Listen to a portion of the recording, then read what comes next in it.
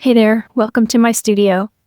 Today, I want to share with you an idea that I had to help us overcome some creative blocks that we might be having, you might be having. I know I have sometimes. And that is to use novelty to our advantage. And that idea for novelty led me to my local library to check out some library books instead of buying books because, that gets expensive. So if you don't have the money to do that and you need some new ideas, I encourage you to go to the library like I just did. I'm going to share some of the library books that I checked out, and I'm going to show you the process that I'm using to help me get out of my head and to sort of squash that thinking that says everything that you do has to be perfect and the art that you create needs to be beautiful or else you can't call yourself an artist. All those little fears that keep us trapped in perfection, keeps us from starting or finishing or even coming up with ideas. So the irony in all of this is that I have just spent the last hour re-recording multiple times this intro video. So let's work through this together. If I can do this video, you can do some art. So let's get started.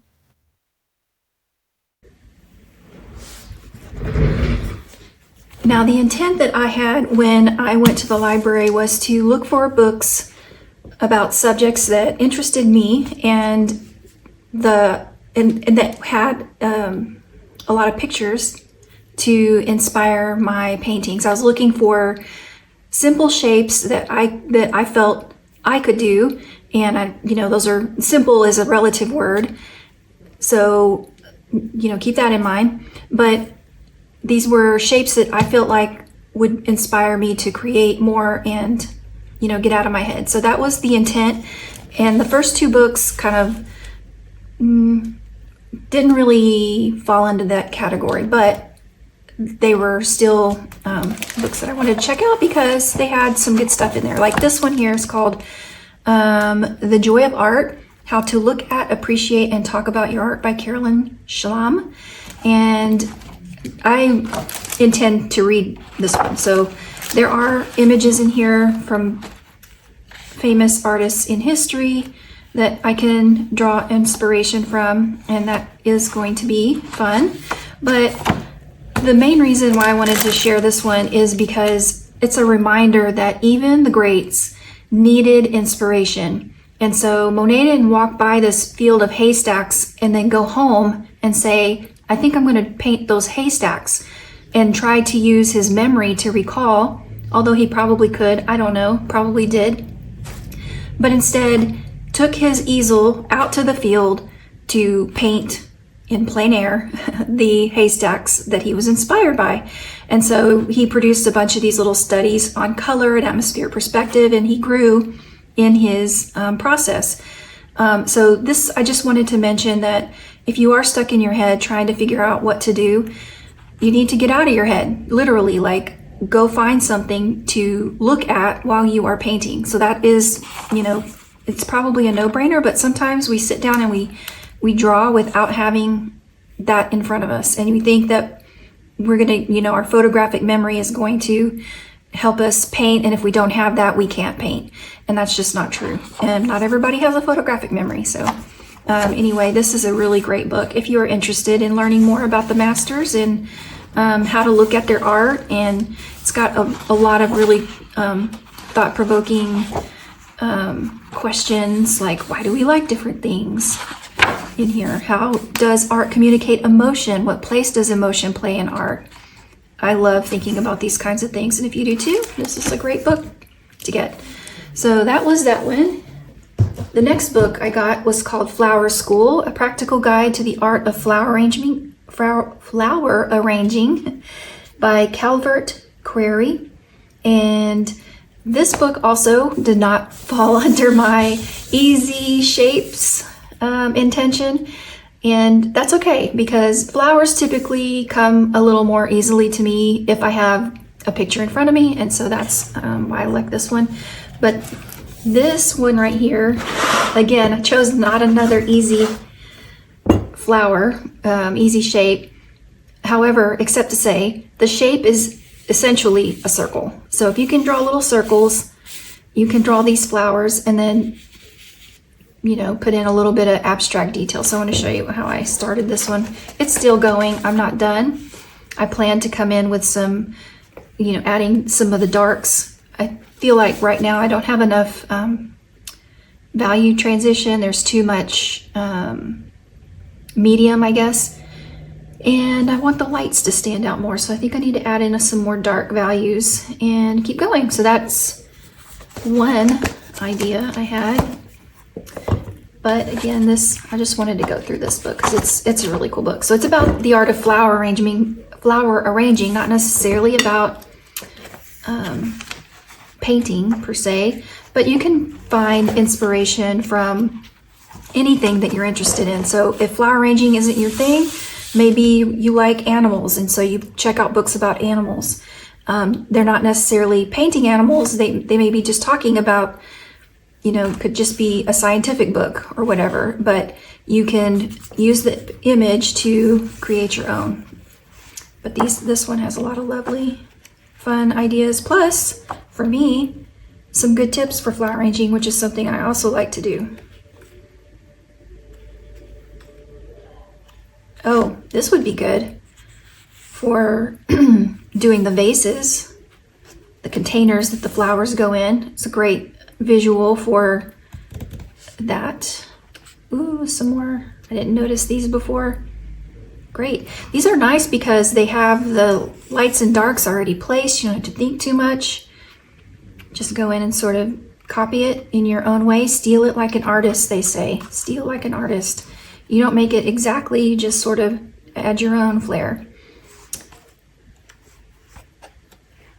So there's some lovely inspiration in here to play with later. And then I also am interested in collage and journaling, and so I found these two books for that purpose. And also this one was great for finding those simple shapes. So this one's called 101 Mixed Media Techniques. I don't know what the subtitle is. Oh, Master the Fundamental Concepts of Mixed Media Art. And so this one, we'll need that. Oh, there's how to use this book here at the beginning. It tells you there are 11 different sections showing techniques, and these are, you know, relatively easy shapes if you wanted to use them as inspiration, like this little leaf shape here, or some of the textures. Those are fun to use creatively in your own. Let's see. Oh, this one here. I liked this circle and vertical line, imperfect shape overall. And so that's why I kept that one. But let's look at some of these other pages. Painting with water-soluble media. So you can see there's a lot of good ideas in here, fun to go through and play with, and which I shall be doing. I need to renew these books because it was actually 2 weeks ago when I checked these out, so I think they're due. And I am not finished with them. Let's see. Oh, this one, to use organic materials. So if you go outside, collect some leaves, stems, flowers, bring them inside and just lay them down and practice making those shapes. That would be an easy thing to do, or use them in your collage. But here you can see are more ideas. That would be another fun, easy, sort of forgiving leaf shape and abstract. These are also really good for composition, for studying composition. If you need some help there, you can look at the completed ones and try to deconstruct them, I guess, and figure out why they are working in your mind, and duplicating it from a composition point of view. So maybe it's not a bird. Maybe, you know, you're using these light and dark shapes in the background, and you put some other kind of creature there, maybe a cat or a dog or an owl or something. So that's how we steal like an artist. So this section's about stenciling. Oh, altering photographs. So this is a good source for journal making and taking things that you have already or that you can print out, cut up, and paste into beautiful compositions for your journal, your sketchbook. Magazine, inkjet printing. Again, lots of fun shapes in here that you can mimic easily, like a sky, a little landscape. That would be pretty simple to create and satisfying. I like that too.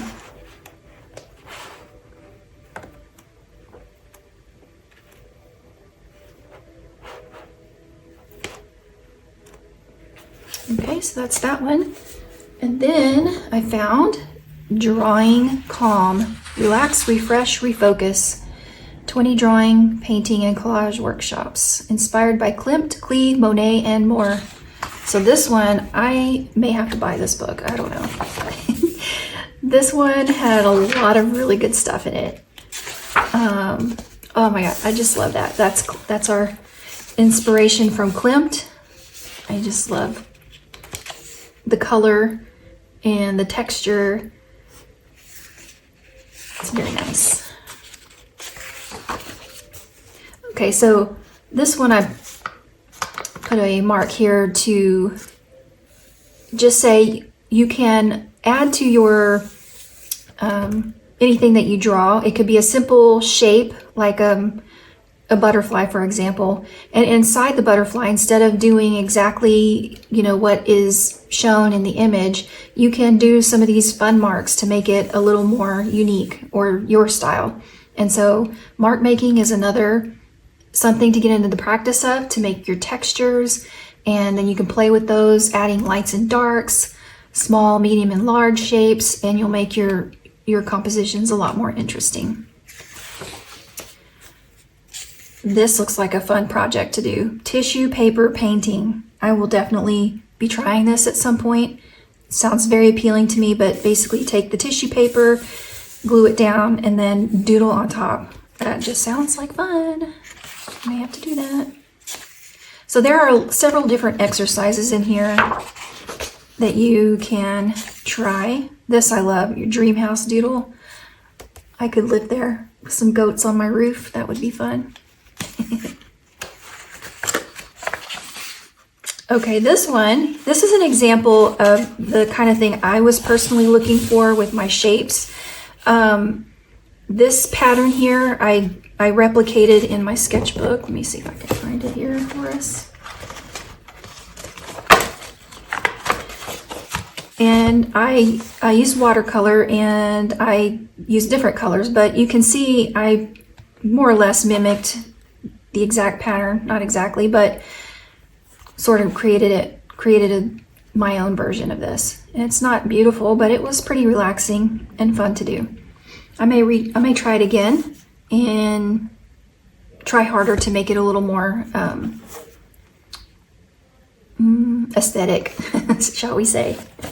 That is an example of one that I was inspired by, the shape. I thought I can do that relatively quickly.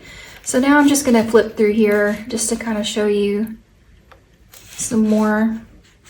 One thing to say is this, on one side of her project pages, she'll have the author, I'm not sure, what did I say it was?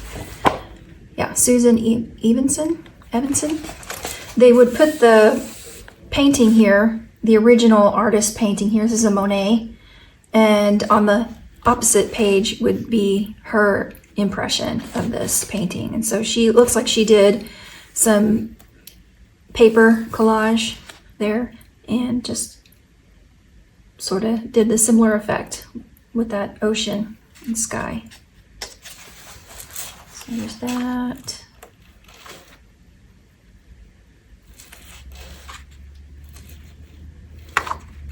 I think I might do something like this. I have some papers similar to the solid color paper that I had to buy in college for art classes, and I have not used them, but this would be a fun exercise to do to replicate this artist here. but you can see her version. It's very nice. And even something simple, this rainbow here was inspired to create sort of a analogous color drip there. It's very nice. Here's another one, another haystack of Monet's being used as inspiration. And instead of a haystack, they drew a house. So that's what I mean by stealing like an artist. Another Klimt fun tree.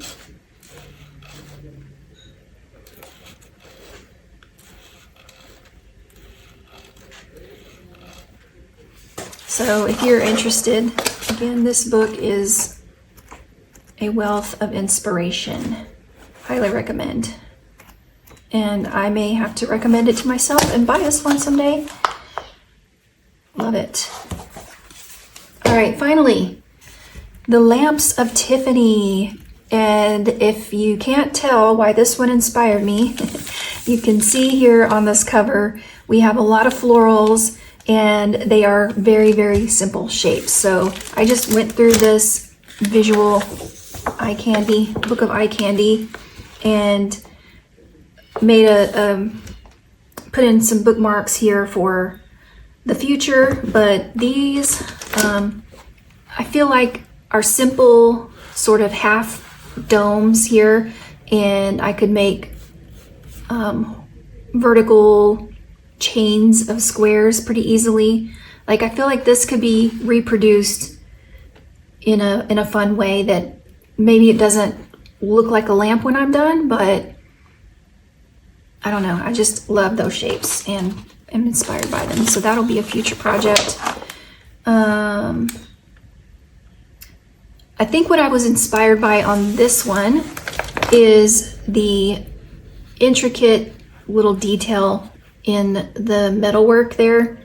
And so that would be fun to kind of add to a painting or a vase that you're drawing, and just do some fun little scribbles to represent the metalwork there.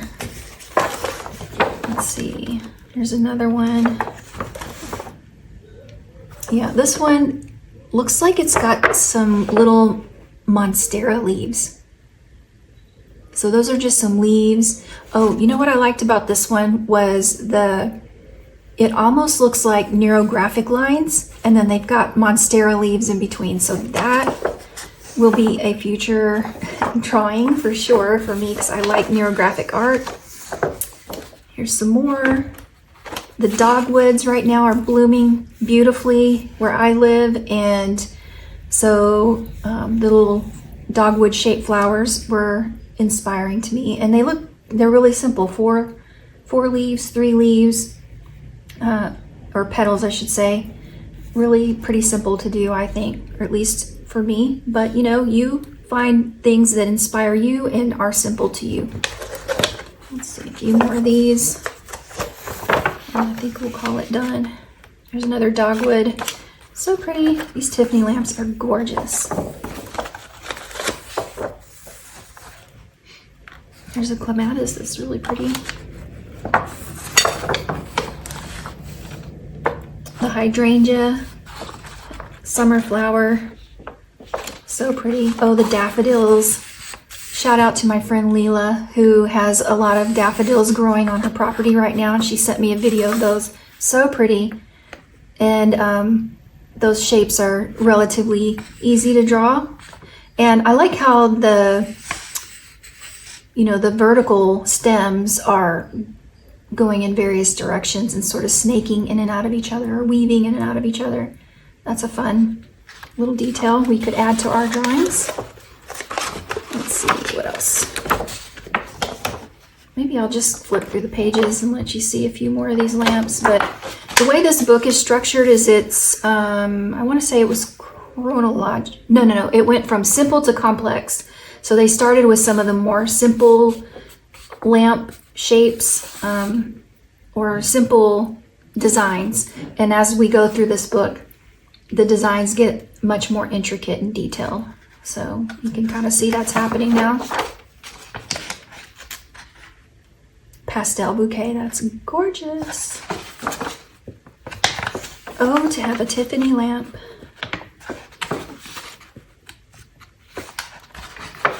Flowered globes. What's this section? Oh, there's a peacock inspired. There's some more dogwood and daffodils together. Lovely.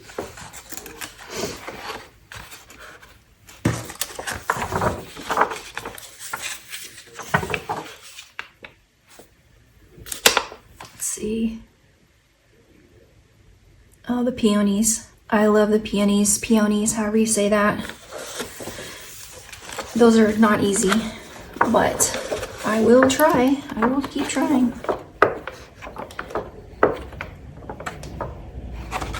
So this is an older book, but very, very great. If I ever find this at Half Price Books, I'm gonna get it.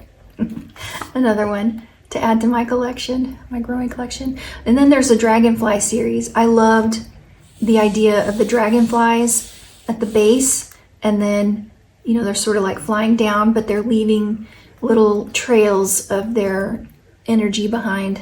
I love that. More dragonflies. And what else? Some really, really detailed designs. That one's really pretty. Hydrangeas. Yeah. So the hydrangea is an interesting one because these petals are basically circles overlapping, and so you get these irregular shapes, and I feel like that would be very forgiving if you first drew in your circles in even with some wavy lines on the contour and just overlap them and then just started painting them. I think that would be a relatively simple shape to duplicate. So why don't you give it a try? I know I will. And hopefully you found this helpful. If you did, please leave me a comment and tell me what you liked the most. And please don't forget to like and subscribe if you haven't already. But thank you again for joining me. And I will keep adding more videos for helping to find inspiration and create some simple yet satisfying drawings to help us relax into our art. Until next time, goodbye.